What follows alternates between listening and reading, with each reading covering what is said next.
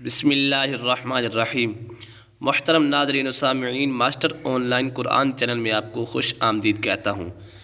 آج کی اس ویڈیو میں ہم آپ کو سورۃ الکوثر تجوید و قرات کے ساتھ پڑھائیں گے۔ اگر آپ ہمارے اس چینل پر نئے ہیں تو چینل کو سبسکرائب ضرور کریں اور گھنٹی کے بیل آئیکن کو بھی ضرور دبائیں تاکہ اس طرح کی مزید ویڈیوز آپ کو ملتی رہیں۔ سورۃ الکوثر مکیہ، سورۃ الکوثر مکی ہے کیونکہ یہ آقا علیہ الصلوۃ والسلام مکۃ المکرمہ میں تھے تو یہ سورۃ الکوثر اس وقت نازل ہوئی۔ بسم اللہ الرحمن الرحیم، انا اعطیناک الکوثر۔ انا، یہاں پر نون مشدد ہے، نون مشدد میں ہمیشہ غنہ ہوتا ہے، اور یہاں پر مد منفصل بھی لگ رہا ہے کیونکہ حروف مدہ کے بعد حمزہ دوسرے کلمے میں ہو تو مد منفصل ہوگا۔ اعطینا، یہاں پر یالین ہے، یالین اس کو کہتے ہیں کہ یا سکن سے پہلے اگر زبر ہو تو یالین ہوگی۔ اعطیناک الکوثر، کل یہاں پر کاف باریک ہے اور لام بھی باریک ہے تو لہٰذا کاف اور لام کو باریک ہی پڑھا جائے گا۔ اکثر طور پر اس کو لوگ پڑھتے ہیں قل، انا اعطیناک الکوثر، یہ قل نہیں ہے، یہ کل ہے، کاف باریک ہے، یعنی کہ یہ کاف باریک ہے تو اس کو باریک ہی پڑھنا ہوگا۔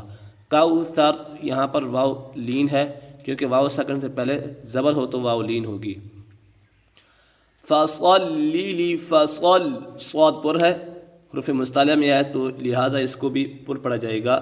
فصلی، یہاں پر دونوں لام ہی باریک ہیں، پہلے لام مشدد ہے تو یہاں جمع بھی ہوگا اور یہ باریک بھی ہے، دونوں لام کو باریک ہی پڑھنا ہوگا۔ فصلی لربک، ربک، با حرف قلقلہ بھی ہے اور با مشدد بھی ہے تو اسے جمع کے ساتھ پڑھا جائے گا۔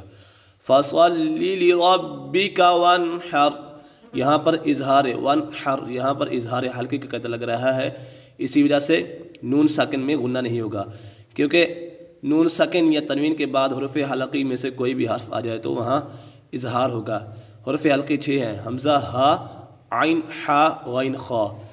ان شانی، ان یہاں پر نون مشدد ہے، نون مشدد میں ہمیشہ غنہ ہوتا ہے۔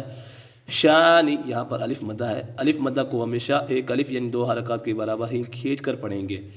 اکا هو الابتر، ان شانی اکا هو الابتر، یہاں پر حمزہ بھی باریک ہے اور کاف بھی باریک ہے۔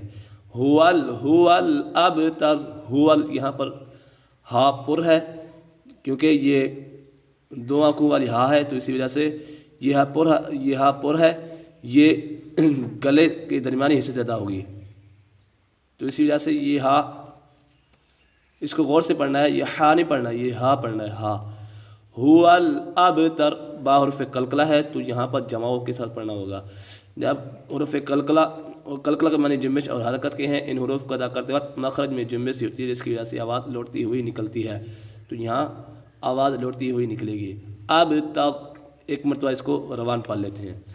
بسم اللہ الرحمن الرحیم، انا اعطیناک الکوثر فصل لربک وانحر، فصل لربک وانحر، ان شانئک هو الابتر، صدق اللہ العظیم۔